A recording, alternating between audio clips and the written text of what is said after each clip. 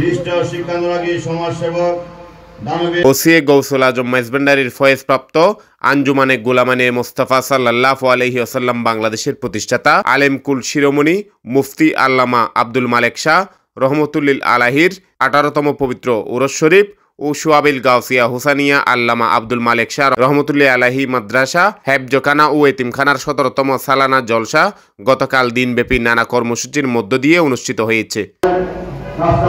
রহমতুল্লিল আলামিন সাল্লাল্লাহু আলাইহি ওয়াসাল্লাম বাংলাদেশের প্রতিষ্ঠাতা ফিরে তরিকত হযরত শাহ সফি আল্লামা হাফেজ শাহ আলম নঈমীর সভাপতিত্বে প্রধান অতিথি ছিলেন চট্টগ্রাম উত্তর জেলা বিএনপির যুগ্ম আহ্বায়ক ও নূর আহমদ ইঞ্জিনিয়ার মেমোরিয়াল উচ্চ বিদ্যালয়ের প্রতিষ্ঠাতা শিল্পপতি সরওয়ার আলমগীর।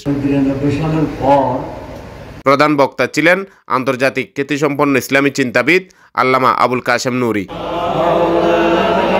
খতমে বুখারী শরীফে মোনাজাত করেন হাফেজ সুলাইমান আনসারি। সার্বিক তত্ত্বাবধানে ছিলেন মৌলানা আবু তৈয়ব মোহাম্মদ মুজিবুল হক, মৌলানা আবুল কাশেম মোহাম্মদ জহুরুল হক, আবু সাইদ মোহাম্মদ জুবাইদুল হক ও মৌলানা আবু নাইম মোহাম্মদ জিয়াউল হক। আখিরি মোনাজাত পরিচালনা করেন মৌলানা আবু জাফর মোহাম্মদ এনামুল হক।